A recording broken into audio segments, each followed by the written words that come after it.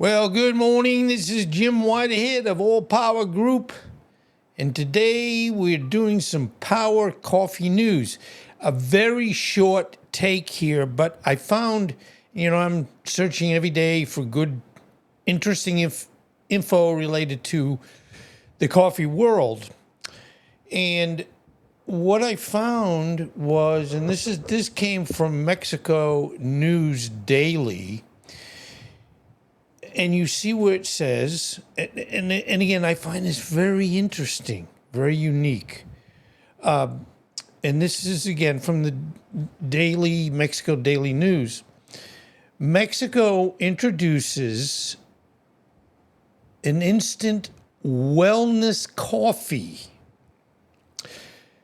Now, you'd say, well, what's so big deal about that? But it kind of goes into explaining, if you don't get this particular wellness coffee in Mexico, I'm going to read what other instant coffee in Mexico could have included. So that's what jumped out as the president of Mexico is involved in this venture, and it does a good job, at least I think, of where President Sheinbaum is working for her people.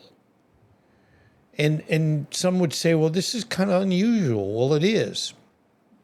Anyway, this coffee is sourced from Oaxaca, Puebla, Veracruz, and Guerrero. And unfortunately, I have a tendency to destroy some of these names that generally I'm not familiar with. But bottom line, this instant coffee, and you can see a picture on the screen, was from these locations. So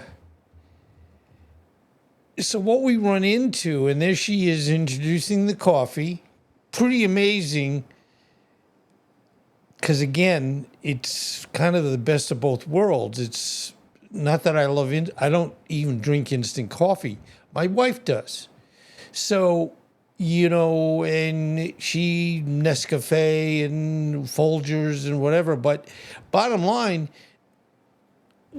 this is made specifically in Mexico.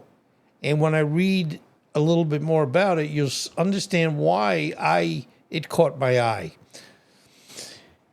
Mexico's Food for Well-Being program has introduced a new product to its inventory: wellness coffee. This product follows the recent launch of other wellness foods like honey, chocolate, and beans. And I've been as I've seen how President Sheinbaum handles herself, she's very professional, very intelligent, and I think it's very good for Mexico. Anyway, now, where we will say, in Mexico, where instant coffee is more popular than ground coffee, the new product is aimed at appealing to the majority of consumers in Mexico or anywhere else. In fact, if I can get it, my wife is pretty, how would you say, structured. Just a little bit, right? If I say, hey, honey, I'm going to get you this instant coffee from Mexico, she'd go, no, not really. So anyway, maybe I won't be able to get it. But anyway, what we're looking at here, and she's saying, I would like to explain to you why we're launching instant coffee. I know you were just asking that question. Because 84% of Mexican families prefer instant coffee, said Maria Luisa Alvarez Gonzalez, head of the government program Food for Well-Being, during Dr. Sheinbaum's Wednesday morning press conference. she says that the coffee will be available in 3 presentations. A 50-gram jar priced at 35 pesos, which is $1.86 US $1.86. A 90-gram jar for 65 pesos or $3.46, and the 205-gram jar will be priced at 110 pesos, which is $5.86 US. Although the Mexican standard allows instant coffee to contain up to 30% non-coffee ingredients, the wellness coffee is a pure product, Abors noted. Now, here's the point of what, I don't want to say bothered me, but it's like, as I do my work for both either the Animal Channel or the Coffee News Channel, there's a lot of trickery in a sense. And I have mentioned before, and the one thing that's so wonderful about this, when you, as I just read, the instant coffee made by other folks that the Mexicans drink could be where it's got 30%. That's almost 1/3 of, let's say you're looking at a jar, that doesn't have to be coffee. Now, that isn't good. And, you know, the big scope of things is that when you see a coffee, and now I'm talking more globally, and I'll come back to this in a second, but when you see something that says a blend, now Kona coffee is grown in Hawaii. It is unbelievably expensive because, you know, it's Arabica, it's at higher altitudes, and even if you've followed anything I've said, the climate change is having where, let's say you were able to grow your coffee from 3,000 feet up, the Arabica, which much harder to grow than Robusta. But with climate change, if it was 3,000, as temperatures have gotten warmer, it now could be 5,000 or 4,000 feet of where you can grow. So accordingly, the Arabica farmers end up having where they are losing some of their growing areas. So they can't grow as much coffee. So that means the coffee goes up. But one thing that I totally, and you got to be careful on this, if let's say I was trying to sell you a Kona blend. Now, and again, I don't even agree with this because one, to me, it's misleading. I would even say false advertising. But when it's called a blend, it has to be 10% or more, but 10% of, in this case, what I'm talking about, the Kona coffee in Hawaii. So you think, oh, yeah, I'm buying this Kona blend. Well, you in your mind, if you hadn't read anything, you think, well, you know, they have different farms and different whatever. No, it's a trickery as far as I'm concerned.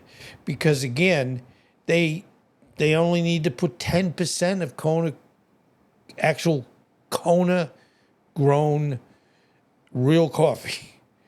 So, and then you go, and I don't want to say I don't trust people, but in the business world, you have to make sure that what you're buying is what you're buying, and you're not paying for something that you basically didn't expect to get. So I even say, if it says a Kona blend, and it's supposed to be at least 10% Kona coffee, would it always be, and how would you know that it was being honest where it is 10% Kona coffee? It could be 5%. It could be 0%. And people, when you see advertisements for coffee, they'd say, oh, wow, Kona blend. That is a heck of a price for Hawaiian coffee. It might not be, or it's not necessarily 10%, or, and when you say, if something's 10% of a whole of 100%, what's the other 90%? So, and you'll see when I explain, that's kind of why they're calling this a pure product. In other words, it's also saying the product has no additives or colorings, no artificial flavors, and its only ingredient is coffee, she said, adding that the blend is predominantly Arabica with parchment coffee with a small proportion of Robusta. Now, talking about the two main coffee beans, there's more than two, but one is Arabica, higher altitudes, more expensive, better coffee from the point of view if you're buying beans and you're going to roast your coffee or whatever, you buy roasted beans. Bottom line, it's much better. But there's nothing wrong, and Robusta is a cheaper coffee. It can be bitter, but what people do when they were formulating this mixture, they, I'm sure, tried a bunch of different things. Robusta has more caffeine in a lot of cases. So there's a lot of good things about Robusta versus Arabica. Obviously, the other big point, and you can see they're selling them these very inexpensively. It's just nice to see, honesty, and not having like you have a whole bunch of something else that you don't know what it is. So people hopefully can afford this, and they're getting something that is a fair, honest product. She explained that the beans are harvested using agroforestry systems that benefit both the environment and the local economy. This initiative required an investment of 59.4 million pesos, that's $3 million US, to purchase 913.56 tons of this coffee, primarily sourced from producers who are members of the government's Sembrando Vida, parentheses, Sowing Life program. According to Abors, the coffee is purchased at a fair price from over 6,600 small producers in Oaxaca, Puebla, Veracruz, and Guerrero, with 50% of these producers located in the region known as the Guerrero Mountains. She further added that 6 of every 10 producers are women. Women president. I mean, I'm always for both women and men of having good opportunities, honest opportunities. And this looks like, a winner. It's very meaningful for us to know that we're working with indigenous peoples, with mixes Mixtex, Nashawaz, Atamazes, Abars stated. Again, I just sort of the names. Maybe you'll just watch me because you say, hey, I get a kick out of everything he mispronounces. And I'm old enough. I should not be having where I'm mispronouncing. But like other products in the Food for Well-Being program, the wellness coffee will be marketed nationwide through the Wellness Stores network with a distribution occurring in stages. The product will first arrive in central Mexico, including Mexico City, Mexico State, Michoacan, Morales, Puebla, Tecala, before rolling out in the rest of the country. So, again, I know you're probably saying you're not that interested about what's going on in Mexico, but one, I wanted to just say, when I pick up a news item that has some very positives, and one is I like this president. I think she does a good job of what she's done in the sense of trying to get through this tariff issue with the Trump administration and having where she's working for her people. That's anybody would say if it came from another planet, and this is the last thing I'll say, came from another planet, they'd say, okay, presidents are leaders of a certain amount of people. And they would say, so that leader is there to help the people. They're not there to take and do whatever they want to do, get back at other people. It's just that new planet guy would say, I don't get it. Why would a leader who's leading a bunch of people either A, only benefit them and not helping its people? And the neatest thing about this is we all have to strive for what we call a win-win situation. Win-win meaning I win, you win. I'm not hurt by winning, you're not hurt by winning, and we all basically benefit. And people go, that president is doing a good job. And that's all we ever asked for. So let's keep that in mind as we try to get through all the unfortunate things that are going on in this country. Thank you very much. And remember, I have, and you'll see a link, I have, my animal channel, which I'll probably be doing an animal story a little bit later today. But again, thank you for being here. I hope you learned something today. And, hey, I'm going to try to see if I can buy some of that instant coffee. One for my wife, because what I do with my coffee is I'm going to go, I was a roaster. I'm going back into roasting if I can, because I moved from Davie, Florida. I sold my roasting equipment.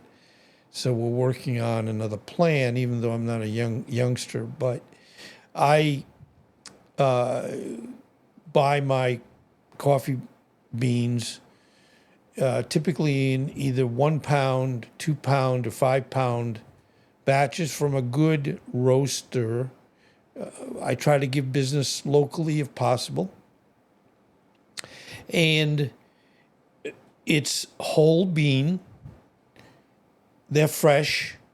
And I've gone through a lot of things. You look back at any of my other presentations where you say, what are some of the key aspects you want to make sure that if you're doing your own coffee, that you are doing the best you can. And that's about it. So I hope this was something of interest, and I really appreciate your time. And have a good day, and I'll see you in the next one. Thank you.